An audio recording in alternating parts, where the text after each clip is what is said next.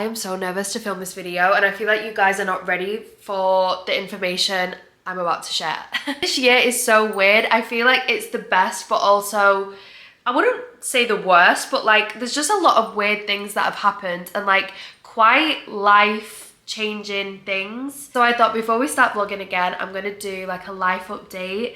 By the way, I am sick at the minute, which is why I probably sound a little bit nasally. Yeah, I'm on like the last day of a cold, so please excuse my voice. I probably should have made like a tea or something for this video. In fact, I'm gonna go do that now. I have just had my lunch, which I made a HelloFresh lunch, and this video is actually sponsored by them and it was so good. I made a lemon rigatoni. A big bowl of pasta was just so needed before this video, so while I go make my tea, you can watch me cook. You guys know that I've been using HelloFresh for quite a while now. It just really fits into my lifestyle with me being quite busy. I always end up ordering food, or whenever I do a food shop, there's always a lot of food waste. So with HelloFresh, there's never any food waste because you choose your recipes and then you get the food delivered perfectly proportioned for how many people you've chose it for. And let me tell you, every single HelloFresh recipe that I've tried has been absolutely incredible. This time I'm making a lemon rigatoni, which is one of my favorites, but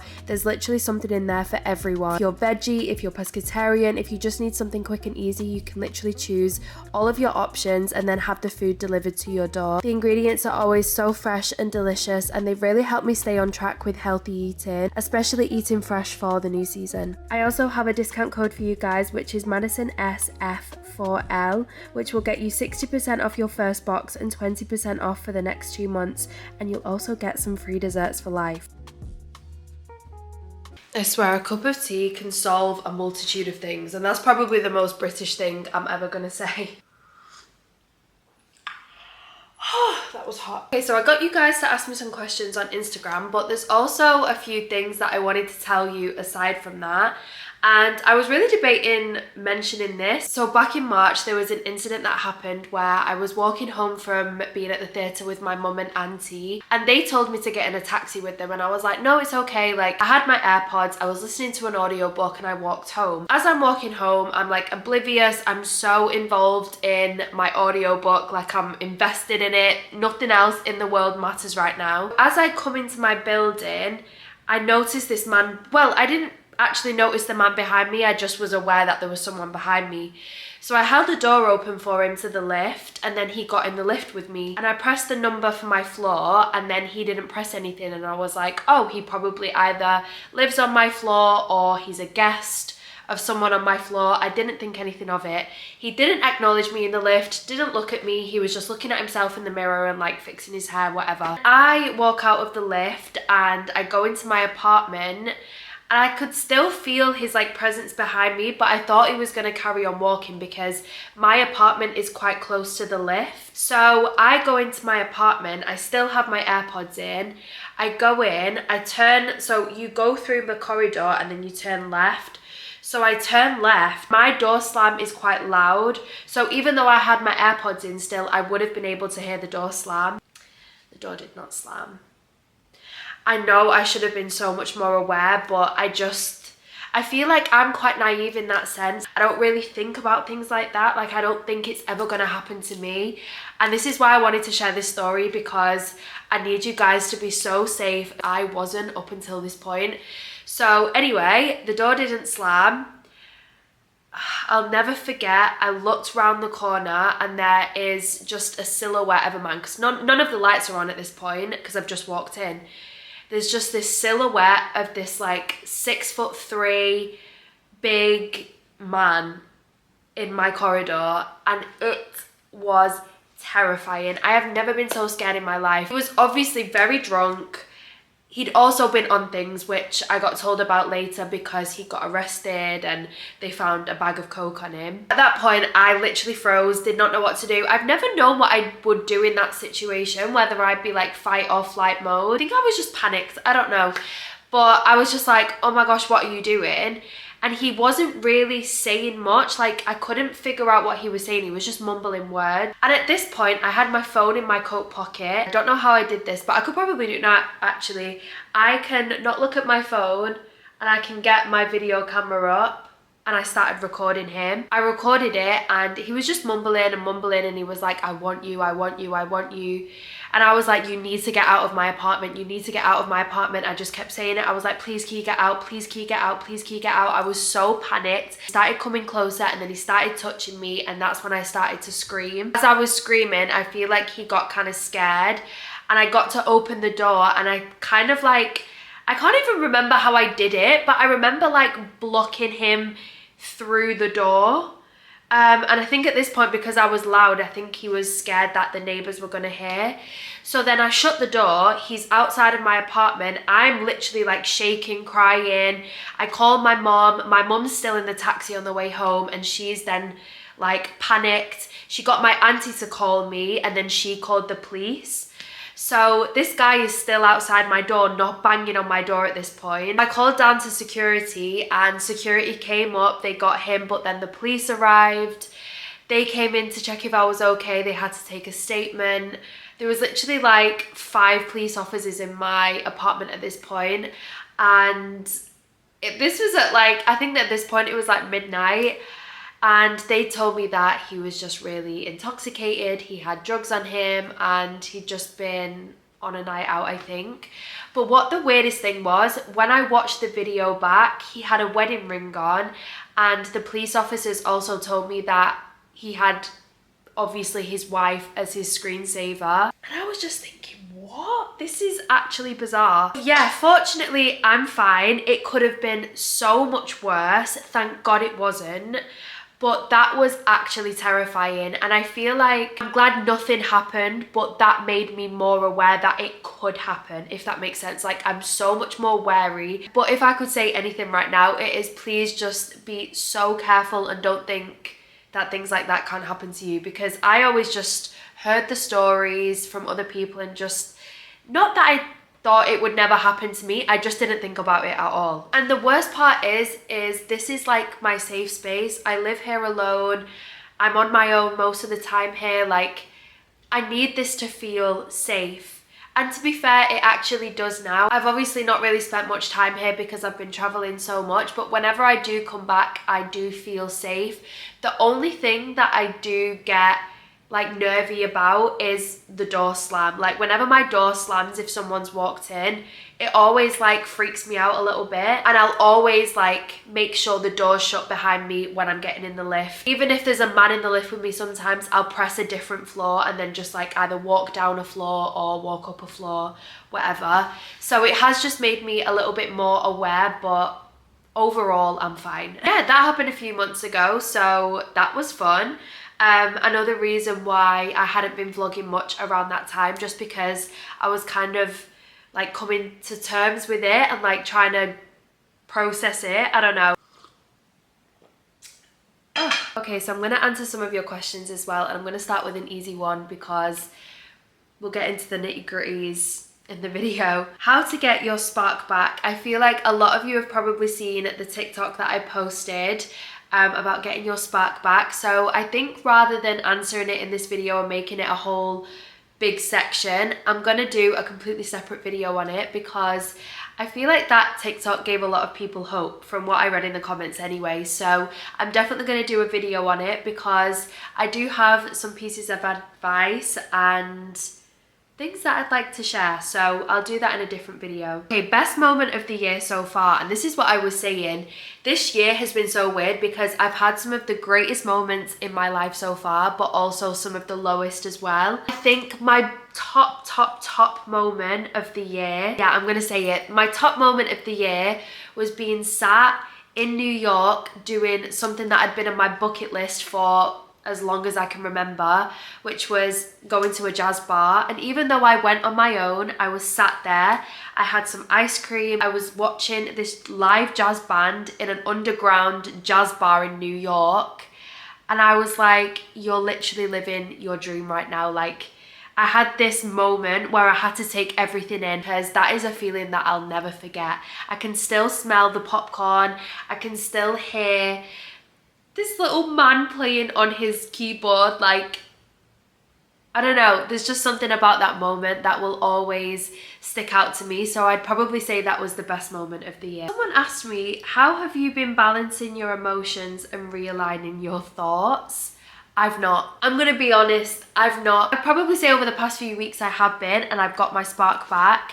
But before the past couple of weeks, I've not been in a good place. I've not got to the point now where I'll be in a dark place and I'll just think I'll be stuck there forever, because any moment that I've had where I've been in a dark place before, I've always come through it. And I really pulled myself out of it. I feel like my friends really helped, my family really helped. Just finding what you love in life really helps as well, and doing things that are a bit out of your comfort zone, romanticizing certain parts in your life, and actually giving yourself so much love. If you're having a day where you wake up and you're not really motivated to do anything, that is absolutely fine. I saw this quote the other day that was basically saying, if you wake up and you only have 40% and you give 40% that day, you've given 100%. Just do your best, and that is you giving 100%, if that makes sense. And living by that just makes life so much easier, because you're not putting all this pressure on yourself.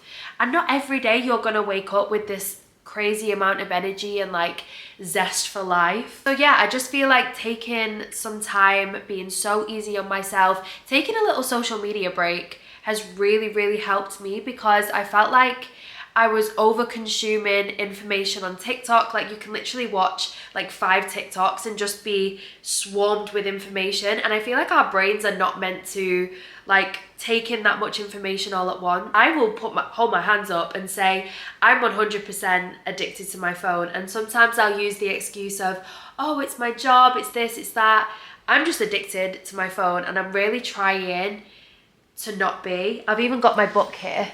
I've been trying to do things that aren't me being on my phone. I've tried to occupy my mind with other things. I don't even know where this conversation stemmed from. I feel like this video is not really going to be a question and answer. It's just going to be me waffling and just kind of brain dumping on you all, so that I feel like I can vlog in the future and I've told you all the things I need to tell you. I can tell that my Instagram has got more males on it these days, because I'm going through these questions. This one, I need a future MILF like you. Okay. Another one, nice tits. Thank you.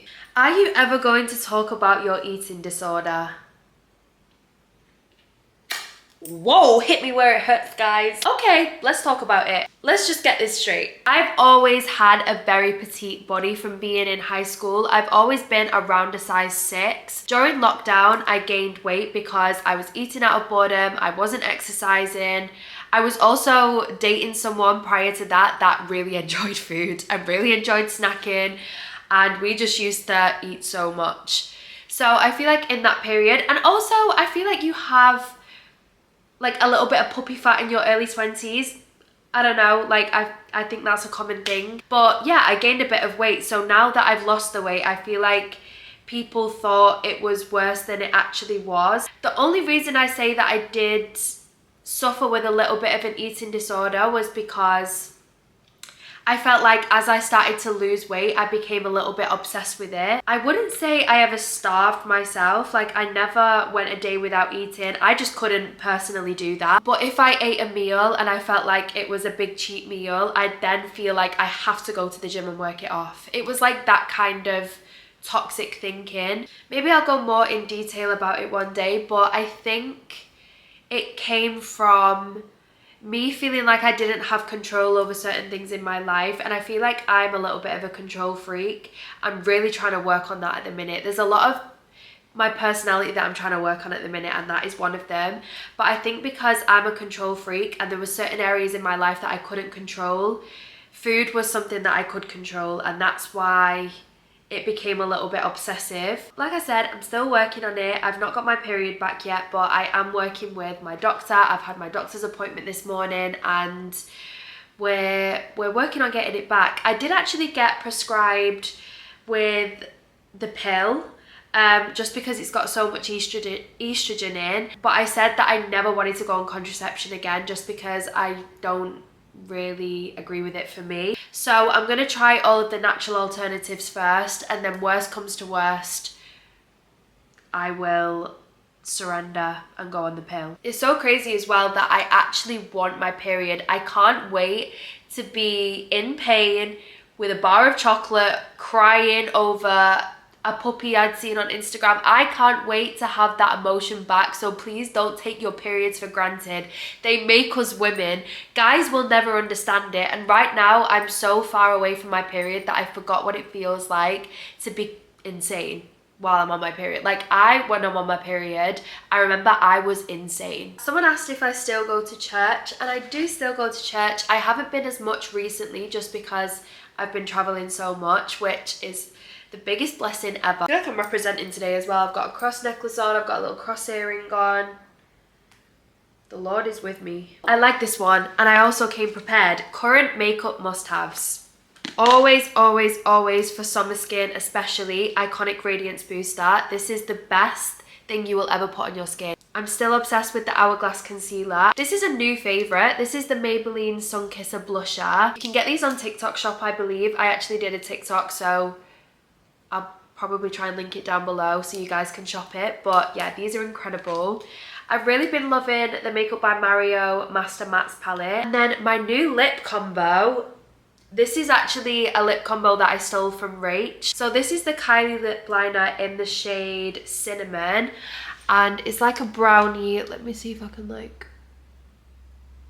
be fair, I'm not even going to attempt to do that. This is like a brownie colour, like a dark brown. But then using a red in the middle of your lips. This is the Milk Makeup blush and cheek, or lip and cheek, whatever, in the shade Flip.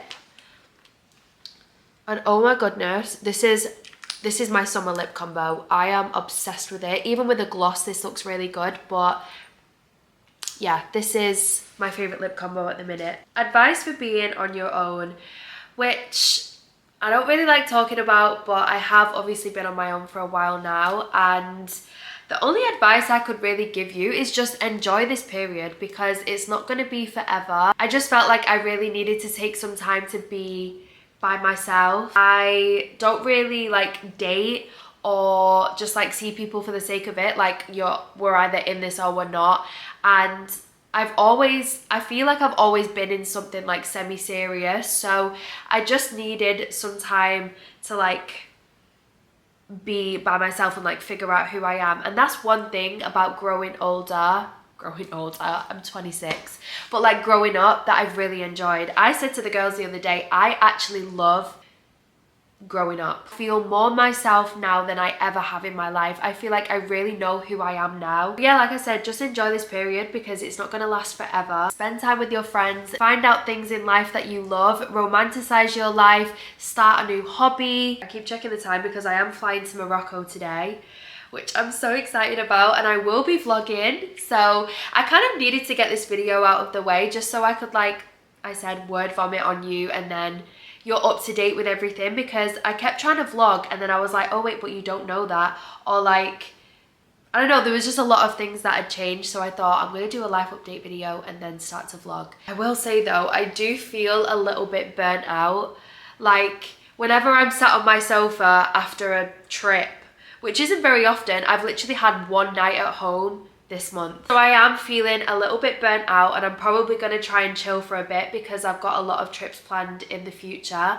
Someone asked if I have any upcoming projects, and I have 2 big projects that I'm coming out with. One is going to be released in October, so I'm sat on it right now, and this is the biggest project of my life, one that I've been working on for 3 years, one that you guys are probably so sick of me talking about and not being able to share.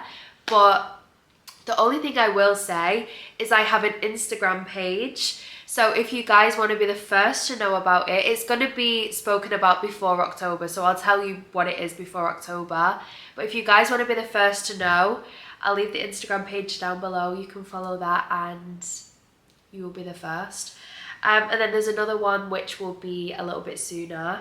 And it's a question I get asked about all the time.